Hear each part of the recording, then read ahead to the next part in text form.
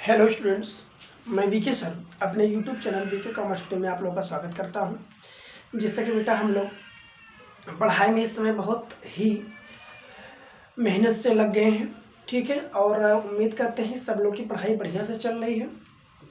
और जो क्वेश्चन भेजा जाए बेटा, आप क्वेश्चन सब लोग प्रयास करके लिख कर हमको भेजा करें, ठीक है। तो जैसा कि हम लोग विशेष चैप्टर शुरू किए हैं, जिससे इसमें मान लीजिए कम से कम 50% जो है जो शुरू किया गया है भारतीय शैक्षिक विचारक क्वेश्चन मिलेगा, ठीक है बेटा।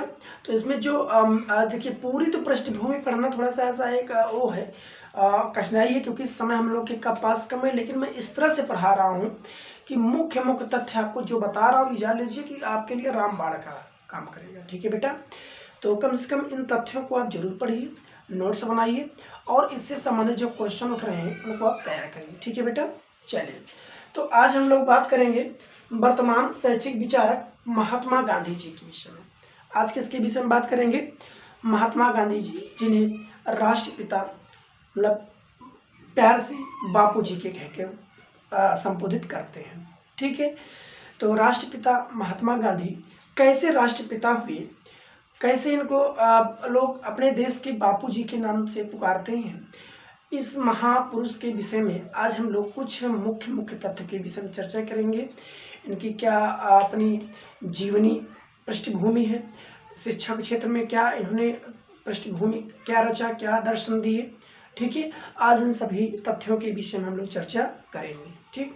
चलिए, तो ध्यान दीजिएगा, महात्मा गांधी जी का पूरा नाम सबसे पहले सब लोग जान लेंगे, मोहनदास करमचंद गांधी था, ठीक है। गांधी जी का जन्म 2 अक्टूबर 1869 को कठियावाड़ा के पोरबंदर में एक समृद्ध परिवार में हुआ था, ठीक है। कहाँ हुआ था? गांधी जी का जन्म कब हुआ था? सबसे पहले आप ये जानेंगे 2 अक्टूबर 1869 को। कुछ बच्चों को ये नहीं पता होता 2 अक्टूबर क्यों मनाया जाता है, तो महात्मा गांधी की जयंती किसने मनाया जाता है, ठीक है। कहाँ हुआ था? कठियावाड़ के पोरबंदर में एक समृद्ध परिवार में हुआ था, ठीक है। पिताजी का नाम करमचंद गांधी था। क्या था बेटा? करमचंद गांधी था, जो एक प्रतिष्ठित वकील थे। जो माननीय करमचंद गांधी पिताजी एक प्रतिष्ठित माने जाने वकील थे। माता का नाम पुतलीबाई, माता का क्या नाम था? पुतलीबाई, जो धार्मिक प्रवृत्ति की गृहिणी थी, ठीक है। 13 वर्ष की आयु में 13 वर्ष की आयु में गांधी जी का विवाह कस्तूरबा नामक महिला से हुआ, कस्तूरबा बाई के साथ हुआ। और 16 वर्ष की आयु में पिताजी का देहावसान हो गया। पिताजी राजकोट में दीवान थे, वकील थे, वकील के पेशे से प्रसिद्ध थे, माना जाना नाम था, धार्मिक प्रवृत्ति के थे।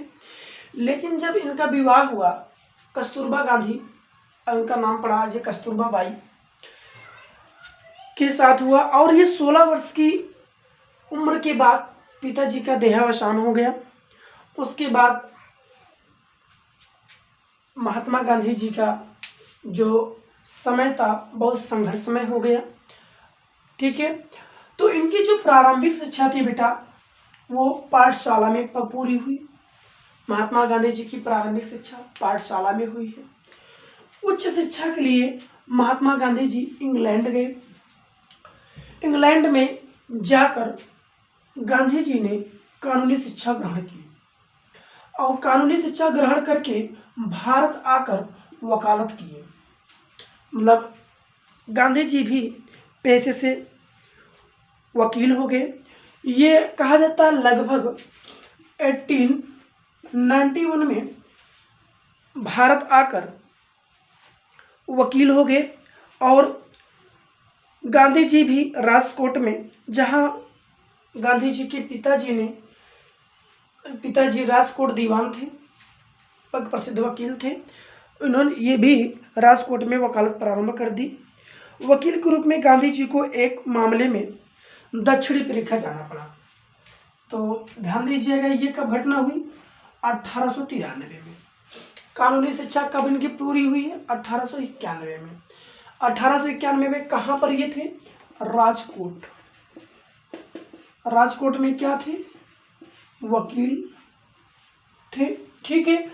और 1893 में एक मुकदमे के सिलसिले में, एक मुकदमे के लिए दक्षिण अफ्रीका गए। कहाँ गए बेटा? दक्षिण अफ्रीका गए। और दक्षिण अफ्रीका में उन्हें अनेक यातनाएं सहनी पड़ी। और भारतीयों की दशा वहाँ पर देखकर, वहाँ पर भारतीयों की दशा देखकर, दशा से द्रवित होकर समाज सुधार का संकल्प लिए। मतलब जब दक्षिण अफ्रीका ये गए, वहाँ अनेक प्रकार की कठिनाइयों का सामना करना पड़ा। और दक्षिण अफ्रीका के मामले में, जो दक्षिण अफ्रीका की इस यात्रा में मोहनदास करमचंद गांधी जी को अपने में अपनी जो कार्य की दिशा थी उसको इनको बदलना पड़ा, ठीक है, कार्य की दिशा बदलना पड़ा। और हमारे देश की समाज सुधार में लग गए, लीन हो गए। उसके बाद 1914 में भारत लौटे, ठीक। और भारत की स्वतंत्रता को मुख्य लक्ष्य मानकर राजनीति में घुस गए। कब भारत लौटे? 1914 में भारत लौटे। और वहाँ की भारत देश को स्वतंत्रता दिलाने के लिए ये राजनीति में घुस गए और भारतीय राष्ट्रीय कांग्रेस में सम्मिलित हो गए, ठीक है। भारतीय राष्ट्रीय कांग्रेस में कब सम्मिलित हुए? 1914 में, ठीक है। तो सत्याग्रह के शस्त्र से अनेक आंदोलन में सक्रिय भागीदारी की। मतलब अनेक आंदोलन हुए।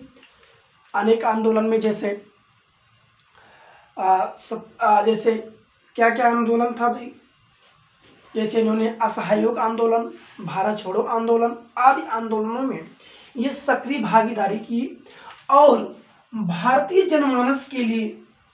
जनमानस में राष्ट्रपिता की छवि के रूप में उभरे, ठीक है।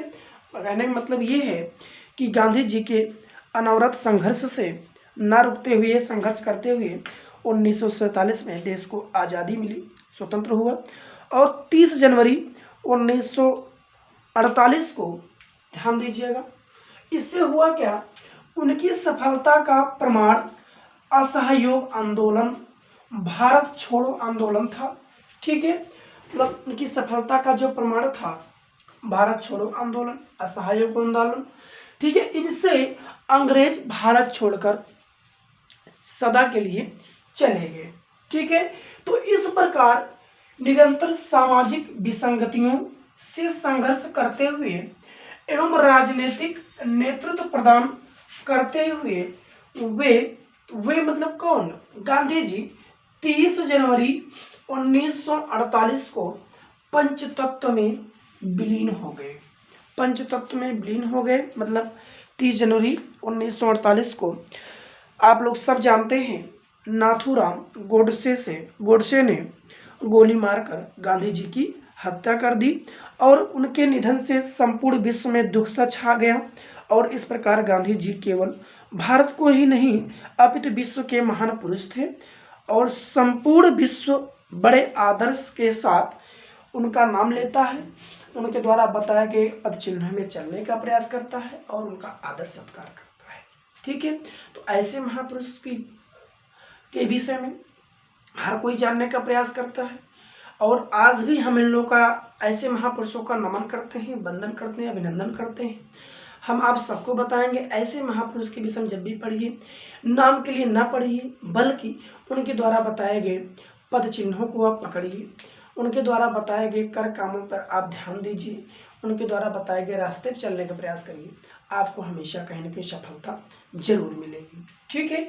तो ये रहा महात्मा गांधी जी के जीवन के विषय में, जीवन दर्शन। अब महात्मा गांधी जी ने इस तरह से शिक्षा का क्या अर्थ बताया, तो महात्मा गांधी जी के अनुसार शिक्षा से हमारा तात्पर्य, ध्यान दीजिएगा, महात्मा गांधी जी के अनुसार शिक्षा का तात्पर्य क्या था? शिक्षा से, तो गांधी जी के अनुसार शिक्षा से हमारा तात्पर्य बालक और मानव शरीर, मस्तिष्क और आत्मा में, बालक और मानव शरीर, मस्तिष्क और आत्मा में श्रेष्ठतम को समग्र रूप में बाहर निकालना है। मतलब इनका मानना है बालक के अंतर्गत आध्यात्मिकता का विकास हो, आत्मानुभूति का विकास हो, और बालक के अंतर्गत जो कमियां हैं वो बाहर निकले, उनके अंतर्गत आत्मा में अच्छाइयों का समावेश हो, ठीक है, शिक्षा का समावेश हो, जिससे बालक एक समृद्धशाली, प्रतिभाशाली बालक बन सके, ठीक है। इनके अनुसार ये बताया गया कि बालक और मानव शरीर, मस्तिष्क और आत्मा में श्रेष्ठतम को समग्र रूप में बाहर निकाला जाए, जो श्रेष्ठतम है बाहर निकाला जाए, कुछ अच्छे कार्य काम में हाथ अवसर दिया जाए, और यदि मान लो बुराई है तो बुराइयों को भी दूर किया जाए, ठीक है। ये शिक्षा का अर्थ को बताते हुए गांधी जी ने कुछ कथन बताए। अब हम गांधी जी के विषय में कुछ महत्वपूर्ण तथ्य पढ़ते हैं जो बहुत इंपॉर्टेंट है, आगे आने वाले एग्जाम में पूछने की पूरी संभावना है। अभी पहला इसमें जैसे बताया है कि 1914 में टॉलस्टॉय, ध्यान दीजिएगा, टॉलस्टॉय आश्रम की स्थापना, सबसे पहले ये पूछा जाता है टॉलस्टॉय आश्रम की स्थापना किसके द्वारा की गई? तो टॉलस्टॉय आश्रम की स्थापना महात्मा गांधी जी के द्वारा की गई है। कब की गई है? 1914 में की गई, ठीक है। तो 1914 में टॉलस्टॉय आश्रम की स्थापना की, कौन किया? महात्मा गांधी जी ने किया। 1915 में साबरमती आश्रम की स्थापना हुई। साबरमती आश्रम आप सब लोग जानते हैं, ठीक है। अगर आपको जानते हैं तो साबरमती आश्रम कहाँ पर है और जरूर कमेंट में बताएंगे, ठीक है। 1930 में नमक सत्याग्रह किया, ठीक है। 1930 में नमक सत्याग्रह किए, और 1919 में सत्याग्रही पत्रिका का संपादन किए। सत्याग्रही पत्रिका का संपादन शुरू किया गया। तो ये क्वेश्चन पूछा जाता है, नमक सत्याग्रह किसने किया? महात्मा गांधी जी ने किया। कब किया? 1930 में किया। 1919 में सत्याग्रही पत्रिका का संपादन कब हुआ, या सत्याग्रही पत्रिका का संपादन किसने किया? तो महात्मा गांधी जी ने किया, और 1919 में किया, ठीक है। उसके बाद अनेक संपादित पत्र भी थे इनके, जैसे यंग इंडिया क्वेश्चन पूछा जाता है, यंग इंडिया संपादित पत्र का संपादन किसने किया? तो यंग इंडिया पत्र का संपादन महात्मा गांधी जी ने किया।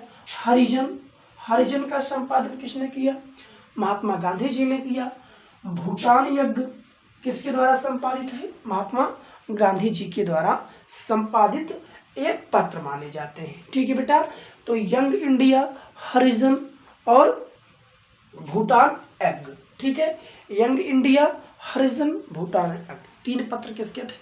महात्मा गांधी जी के थे। ये महात्मा गांधी जी द्वारा 1919 में सत्याग्रही पत्रिका का संपादन कर जब शुरू किए, तो इस पत्रिकाओं के संपादन में उन्होंने यंग इंडिया, हरिजन, भूटान यज्ञ आदि मतलब पत्रिकाओं का संपादन की, ठीक। इनके द्वारा अन्य रचनाएं भी हैं। अन्य रचनाएं में क्या है?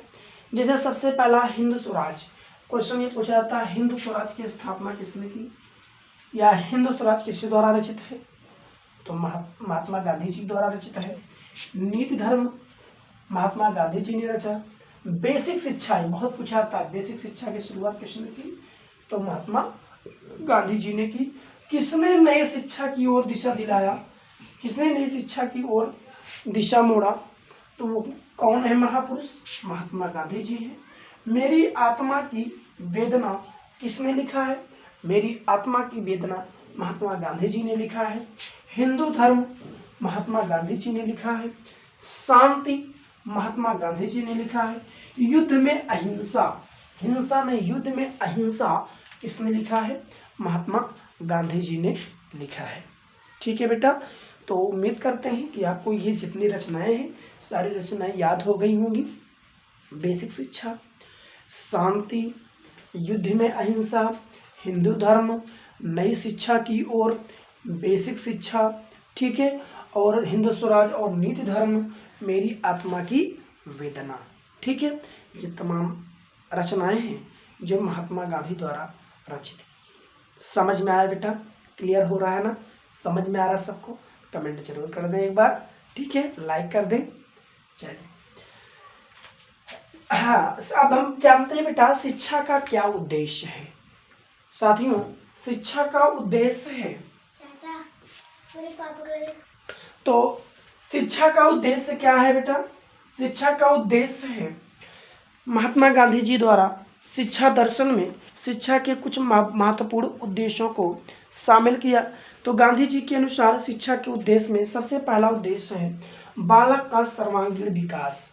बालक का सर्वांगीण विकास मतलब कहा गया शिक्षा में साक्षरता को महत्व दिया जाता था, ठीक है।